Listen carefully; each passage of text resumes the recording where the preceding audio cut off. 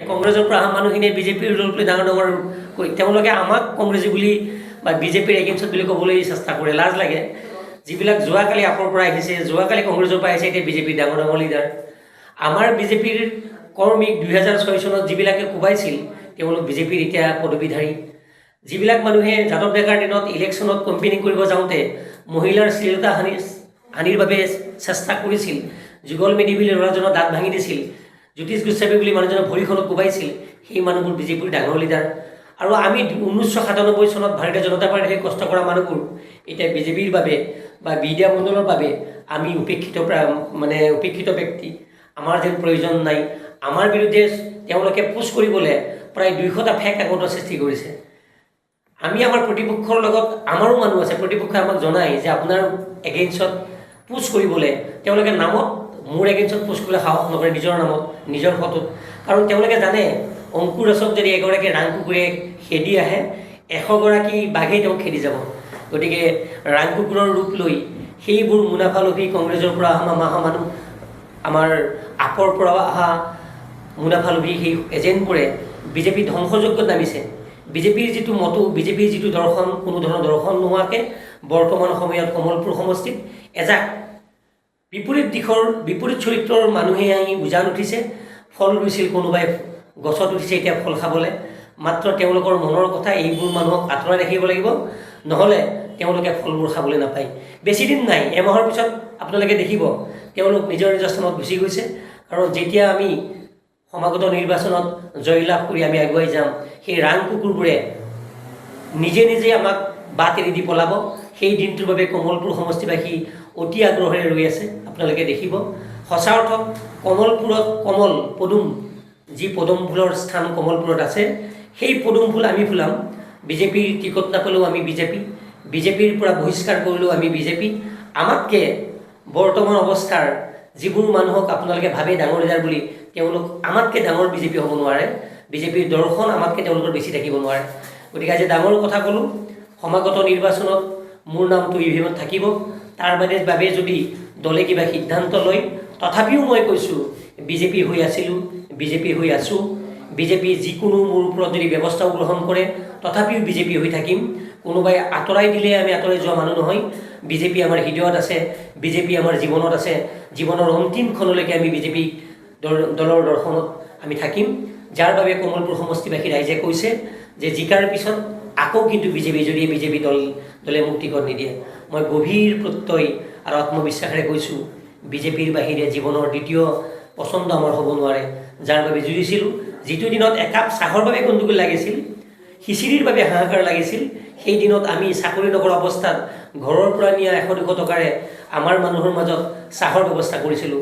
আজি ভাল পদবীধাৰী কিছুমান মানুহে আমাৰ টেকক পাহৰি গৈছে। তাৰ বাবে মই দুখ কৰা নাই, কাৰণ বগা ভাত দেখিলে কাউৰী বহুত আহে, কাউৰীয়ে ভাত খাবই। কিন্তু সেই বগা ভাত যোগান ধৰা মানুহবোৰ আমিয়ে আছিলোঁ। আমাৰ মনৰ খেদ আছে। ভুৱা ফেক একাউণ্ট লৈ আমাক আক্ৰমণৰ প্ৰয়োজন নাই। যদিহে আমাৰ বিপৰীতে কিবা ক'ব পৰাৰ তেওঁলোকৰ ধৃষ্টতা আছে, সঁচা নাম ধৰি কৰক, সাহস প্ৰদৰ্শন কৰক, তেতিয়া ৰাইজে বুজিব অংকুৰ দাসৰ আচল চৰিত্ৰ কি।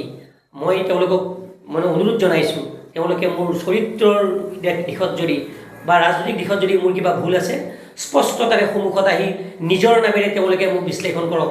আৰু যদি সঁচাকৈ তেওঁলোকে মোৰ ৰাজনৈতিক দিনত কিবা ভুল উলিয়াব পাৰে, মই সঁচা অৰ্থত কৈছোঁ, মই বিদায় ল'ম ৰাজনীতিৰ পৰা। কাৰণ আজিৰ দিনলৈকে কোনো এজন ব্যক্তিৰ এই সাহস নহ'ব সামাজিক ক্ষেত্ৰত, ৰাজনৈতিক ক্ষেত্ৰত অংকুৰ দাসে কিবা এটা ভুল কৰি থৈছে বুলি। আমি মাত্ৰ 3 মাহ সময় ল'ম MLA যদি হওঁ। 3 মাহ সময়ৰ ভিতৰত কমলপুৰ সমষ্টিৰ পৰা ডাকছৰ সমোলঞ্চে আমি নোহোৱা কৰিম বুলি ক'ব পাৰিছোঁ। কিন্তু এইখিনি সময়তে আপোনালোকক কেইটামান ভাল খবৰ দিওঁ যে আমি যিমানবোৰ ঠাইত গৈ ৰাস্তা দুৰৱস্থাৰ কথা আমি ফেচবুক যোগে চৰকাৰক আহ্বান জনাইছোঁ। লগে লগে কিন্তু মোৰ ফেচবুক পোষ্টে ইমান ভাল কাম কৰিছে, লগে লগে সেইবোৰ ৰাস্তাৰ বৰ্তমান নিৰ্মাণৰ কাম হাতত লৈছে। বিদ্যা CHC যিখনৰ অৱস্থা, CHC নে PHC, যিখনৰ অৱস্থা বৰ তথৈবচ আছিল, চিজাৰিয়ান নাই বা কোনো স্পেচিয়েলিষ্ট ডাক্তৰ নাই। মই চক্ৰপাণি পৰাশৰদাৰ বাৰ্তালাপত বৰ সুন্দৰভাৱে বিশ্লেষণ আগবঢ়াইছিলোঁ। প্ৰত্যেকটো নিউজ চেনেলত মই কৈছিলোঁ আমাৰ বিদ্যাৰ PHCখনক CHCলৈ পৰিৱৰ্তিত কৰিব লাগে বুলি। এটা ভাল খবৰ আহিছে, কিমান দূৰ কাৰ্যকৰী হয় নাজানো, নিৰ্বাচনী চমকে নে কি আৰু সঁচাকৈ কৰিব এয়া সময়ে ক'ব। অহাকালি হয়তো বিএ দিয়া PHC-খনক CHC-লৈ পৰিৱৰ্তিত কৰাৰ যি অভিলাষী আঁচনি তাক আধাৰশিলা স্থাপন কৰিব। মনৰ আশা এয়া নিৰ্বাচনী চমক যেন নহয়, কাৰ্যক্ষেত্ৰত আমাৰ অঞ্চলৰ দুখীয়া ৰাইজক আশ্বস্ত কৰিবলৈ এইখন CHC-লৈ পৰিৱৰ্তিত হওক, এয়া আমাৰ মনৰ আশা। পুনৰবাৰ কৈছোঁ, যদি দলে ভুল কৰে আমিও ভুল কৰিবলৈ সাজু। যি ভুলৰ দ্বাৰা কমলপুৰ সমষ্টিৰ বিকাশ হয় সেই ভুল কৰিবলৈ আমি 100বাৰ আগুৱাই যাম, 100বাৰ ৰাইজৰ সপক্ষত থিয় দিম। ইয়াত কোনো ধৰণৰ কাৰকে ক্ৰিয়া নকৰে। আপোনালোকক পুনৰবাৰ কৈছোঁ, সমাগত নিৰ্বাচনত মোৰ নামটো EVM মেচিনত থাকিব আৰু ৰাইজ বিশেষকৈ ডেকা শক্তি সাজু হৈ আছে। এখন মহাভাৰতৰ যুদ্ধত যিদৰে যথা ধৰ্মত তথা জয় বুলি গান্ধাৰীয়ে কৈছিল, তেনেধৰণৰ এখন ধৰ্মযুদ্ধ হ'ব, য'ত মই বিজয়ী হ'ম বুলি মোৰ মনে কয়। ৰাইজে বিচাৰিছে আগবাঢ়িব লাগে। ৰাইজৰ প্ৰত্যাশাক সঁচা অৰ্থত প্ৰতিফলিত কৰাৰ স্বাৰ্থত আমি আগুৱাই আহিছোঁ। কমলপুৰ সমষ্টিৰ পৰিৱেশটো বৰ্তমান সময়ত এক লজ্জাজনক পৰিৱেশলৈ পৰিৱৰ্তিত হৈছে। আজি এজাক বৰষুণত যদি গাঁৱৰ ভিতৰত যায় আপোনালোকে দেখিব ৰাস্তাৰে মানুহ আহিব নোৱাৰে, কণ কণ শিশুবোৰে স্কুললৈ যাব নোৱাৰা পৰ্যায়। আচলতে আপোনালোকৰ সন্মুখত কথাবোৰ ক'লে বহুতে ক'ব দল বিৰোধী কথা কোৱা বুলি। আচলতে নোহোৱা কথা এটা হোৱা বুলি মই ক'ব নোৱাৰোঁ। ৰাইজৰ মনৰ আশাবোৰক ভুলুণ্ঠিত কৰাৰ সাহস মোৰ নাই। ৰাইজৰ মৰম আৰু আশাবোৰক সাকাৰ ৰূপত প্ৰতিষ্ঠা কৰাৰ বাবে আমি আগুৱাই আহিছোঁ। এগৰাকী ৰেলৱেৰ চাকৰিয়াল আছিলোঁ, ভাল দৰমহা পাইছিলোঁ। সেই দৰমহাৰ চাকৰিকো নেওচা দিয়া মানুহ সঁচাকৈ বহুত মানুহে মোক অপ্ৰকৃতিস্থ বুলি ক'বই চেষ্টা কৰিব। তথাপিও অনিশ্চিত ভৱিষ্যতৰ কথা জানিও আমি আগুৱাই আহিছোঁ।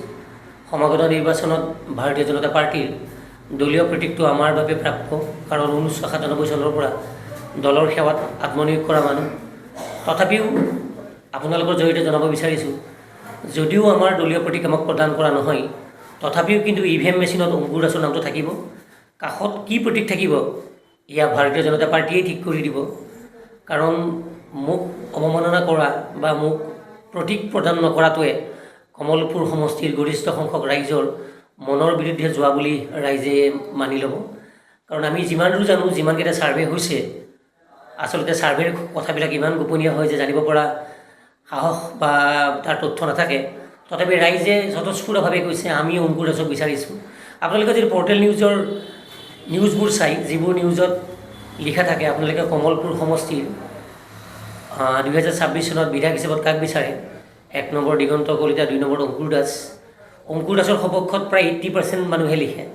এগৰাকী বিধায়ক থকা স্বত্বেও মানুহবোৰে কিমান ভাল পালে এনেদৰে লিখিব লাগে আপোনালোকে জানে, লিখিবলৈ সাহ কৰে। এই মানুহবোৰৰ মনৰ আশাবোৰক আমি কষ্ট দিয়াৰ সাহস আমাৰ নাই। কাৰণ জীৱনৰ আৰম্ভণিৰ পৰাই সমাজৰ লগত আছোঁ। বাইহাটা চাৰিআলি লায়ন্স ক্লাবৰ 2বাৰ ছেক্ৰেটেৰী, প্ৰক্ষালন বুলি প্ৰখ্যাত NGO-টোৰ 4বাৰ প্ৰেছিডেণ্ট, 4বাৰ ছেক্ৰেটেৰী। ভাৰতীয় জনতা পাৰ্টীৰ বিদ্যা জাজিগুনা ব্লকৰ মই 1997 চনতে যুৱ মৰ্চাৰ সভাপতিৰ দায়িত্ব আছিলোঁ। মূল সমিতিৰ সাধাৰণ সম্পাদক আছিলোঁ। উত্তৰ কামৰূপ জিলাৰ 2বাৰ, এবাৰ যাদৱ ডেকা প্ৰেছিডেণ্ট থাকোঁতে মই সাধাৰণ সম্পাদক, এবাৰ ভৱেশ কলিতা ডাঙৰীয়া সভাপতি থাকোঁতে মই সাধাৰণ সম্পাদক, ষ্টেট কাউন্সিল মেম্বাৰ আছিলোঁ এবাৰ। গতিকে তেনে অৱস্থাত প্ৰত্যেকটো মুহূৰ্তত, আৰু এতিয়ালৈকে মই এগৰাকী এক্টিভ মেম্বাৰ, তেনে অৱস্থাত মোৰ মনে নকয় যে আমাক ডিপ্ৰাইভ কৰিব। কাৰণ 2021 চনত কমলপুৰ আৰু কৰৰাৰ সভাত আমাৰ কৰ্মদক্ষ মুখ্যমন্ত্ৰী হিমন্ত বিশ্ব শৰ্মা ডাঙৰীয়াই ৰাইজৰ সন্মুখত প্ৰকাশ্যে ঘোষণা কৰিছিল যে আমাক ভৱিষ্যত দিনত 2026 চনত সুযোগ দিব। গতিকে তেওঁৰ কথাবোৰ আমি শিলৰ ৰেখা বুলি ভাবোঁ। গতিকে শিলৰ ৰেখাৰ যথাৰ্থতা প্ৰমাণ কৰিবলৈ নিশ্চয় তেওঁ এইবাৰ আমাক আগুৱাই দিব। আচলতে যদি সমষ্টিবাসীৰ মনৰ কথা বুজিছে, তেনেহ'লে এক নিশ্চিত পৰাজয় ৰোধ কৰিবৰ বাবে ভাৰতীয় জনতা পাৰ্টীয়ে মোক টিকট প্ৰদান কৰিব বুলি ৰাইজৰ আশা। আমাৰ মাত্ৰ এটাই মনৰ আশা, কমলপুৰ সমষ্টিৰ নৱপ্ৰজন্মক বিদ্যায়তনিক ক্ষেত্ৰত, শৈক্ষিক দিশত এক নতুন দিগন্তৰ পিনে আগুৱাই লৈ যোৱাৰ বাবে আমি পৰিকল্পনা হাতত লৈছোঁ। বাইহাটা চাৰিআলিৰ পৰা মুক্তাপুৰ অঞ্চললৈকে মাৰাত্মক ড্ৰাগছৰ প্ৰকোপত আমাৰ নতুন প্ৰজন্ম বিকলাংগ হোৱা বুলি আমি পংগুৰ জীৱন সাৱটি ল'ব লগা হ'ব বুলি আমি জানিছোঁ। সেইবাবেই তাৰ ওপৰতো আমি আৰু অৰুণোদয়, মই যিমানখন সভাত গৈছোঁ ৰাইজৰ মনৰ বেদনাবোৰ বুজিছোঁ। ধনী ঘৰৰ মানুহে অৰুণোদয় পাইছে, দুখীয়া ঘৰৰ কাষত ভাঙা ঘৰৰ মানুহে কিন্তু অৰুণোদয় পোৱা নাই। CM টিপুলৰ ক্ষেত্ৰত সাংঘাতিক বিসংগতি হোৱা বুলি আমি শুনিছোঁ। বিভিন্ন কাৰ্যকৰ্তাই বিভিন্নজনৰ নামত CM টিপুলে এলটমেণ্ট কৰিছে, পইচা লৈছে। আৰু এনেকুৱা ধৰণৰ অভিযোগ আমি শুনিলোঁ যে তেওঁ বাছি দিয়া মানুহজনক তেওঁ কৈছে তোমাৰ নামত মই CMT বুলি আনি দিম, কিন্তু পইচা আধা আধা হ'ব। আমাক অভিযোগ দিয়া মানুহ আছে, সময়ত প্ৰকাশ কৰিম নামবোৰ, যিবোৰ মানে কাৰ্যকৰ্তাই এনেধৰণৰ কাৰ্য কৰিছে তেওঁলোকৰ ওপৰত যদি আমি সমাগত নিউজত আগবাঢ়ি যাওঁ, কথা দিছোঁ কাৰ্যক্ষেত্ৰত সঁচাকৈ কঠোৰ হ'ম, তেওঁলোকক ৰাইজৰ আদালতত থিয় কৰাম। কাৰণ যিবোৰ আঁচনিয়ে সকলোতকৈ দৰিদ্ৰ শ্ৰেণীৰ জীৱনৰ ৰাস্তাটো অকণমান হ'লেও মসৃণ কৰাৰ বাবে চৰকাৰে প্ৰযোজ্য কৰিছিল, তাত আমাৰ মুনাফালোভী দালালবোৰে যদি কমিশ্যন লৈ কিছুমান পাবনলগীয়া মানুহক প্ৰদান কৰে, তাৰ ক্ষেত্ৰত আমি পিছ হৈ নাহোঁ। সেইবোৰ মানুহক চিনাক্ত কৰা দায়িত্ব ৰাইজে আমাকে অৰ্পণ কৰিছে। অতি শীঘ্ৰে এমাহ পিছত আপোনালোকে দেখিব সেই মানুহবোৰক আমি এফালৰ পৰা ৰাইজৰ আদালতত চিনাক্ত কৰি দিম। কাৰণ আমি এইখন ৰাইজৰ বাবে আগবাঢ়িছোঁ, যিখন ৰাইজে আমাক বিশ্বাস কৰে। তেওঁলোকে ভাবে অংকুৰ দাস আগবাঢ়িলে সমষ্টিৰ পৰা কিছুমান দালালৰ অৱসান ঘটিব আৰু এক নতুন দিনৰ উন্মেষ ঘটিব। মই আপোনালোকৰ মাজত আৰু এটা কথা কৈ দিওঁ, বহু দুখীয়া ঘৰৰ ল'ৰা ছোৱালীয়ে জীৱনৰ বাটত শিক্ষাৰ ক্ষেত্ৰত বৰ কষ্ট অনুভৱ কৰে। সেইবাবে চাৰিআলিৰ যিবোৰ উচ্চ শিক্ষানুষ্ঠান আছে, প্ৰায় 20-25জন ল'ৰা ছোৱালীক মই এতিয়াও পঢ়াই আছোঁ। মই যদি সমাগত নিৰ্বাচনত পাছ কৰোঁ, মই এটা ডাঙৰ অংগীকাৰ কৰিছোঁ, 6গৰাকী ল'ৰা ছোৱালীক অসমৰ বাহিৰত লৈ যাম, 2গৰাকীক ৰাজস্থানৰ কোটা, 2গৰাকীক হায়দৰাবাদৰ বিকাশ, 2গৰাকীক দিল্লীত। নীট পৰীক্ষা আৰু JEE মেইনছৰ বাবে কোচিঙৰ বাবে তেওঁলোকক লৈ যাম আৰু তেওঁলোকৰ সম্পূৰ্ণ খৰচ মই বহন কৰিম। আৰু তেওঁলোকে মোক তাৰ পৰা ষ্টাডি মেটেৰিয়েলখিনি প্ৰত্যেক দিনাই মোক দিব, কি পঢ়ালে সেইখিনি ষ্টাডি মেটেৰিয়েল লৈ মই সন্মুখৰ পূব কামৰূপ কলেজত কমলপুৰ সমষ্টিৰ 100গৰাকী দুখীয়া ঘৰৰ ল'ৰা, যিবোৰৰ দেউতাকে ই ৰিক্সা চলাই, হাজিৰা কৰে, ঠেলা চলায়, তেওঁলোকৰ সন্তানবোৰ যিবোৰে শিক্ষাৰ ক্ষেত্ৰত আগুৱাই গৈছে, তেওঁলোকৰ বাবে মই এক কোচিং ইনষ্টিটিউট তৈয়াৰ কৰিম, যাৰ দ্বাৰা সমাগত 5 বছৰত আমাৰ মাজত 5গৰাকী হ'লেও ডাক্তৰ পাম, 5গৰাকী হ'লেও IITত পৰা ল'ৰা ছোৱালী পাম, 5গৰাকী হ'লেও NITত পৰা ল'ৰা ছোৱালী পাম। এয়া মোৰ কল্পনাই নহয়, এয়া এক অভিলাষী আঁচনি, যি আঁচনিক মই বাস্তৱ ৰূপত প্ৰতিষ্ঠা কৰিবলৈ সৰুৰ পৰা ভাবি আছোঁ। কিয় বাৰু ধনী ঘৰৰ ল'ৰাই অকল ডাক্তৰ হয়, কিয় হাজিৰা কৰা মানুহটোৰ সন্তানটোৱে মানে হায়াৰ ছেকেণ্ডেৰী ডিষ্টিংশ্যন পোৱাৰ পিছতো অকল কোচিঙৰ অভাৱৰ বাবে পিছুৱাই আহিব লাগে। সদায় এয়া আমাৰ মূৰৰ কামোৰণি, সদায় মূৰত এয়া উন্মেষ ঘটে এই প্ৰশ্নৰ অৱসান ঘটাবলৈ আমি নিশ্চয় হাতে কামে আগবাঢ়িম। ৰাইজৰ আশীৰ্বাদ আছে, আমি ইয়াত সফল হ'ম।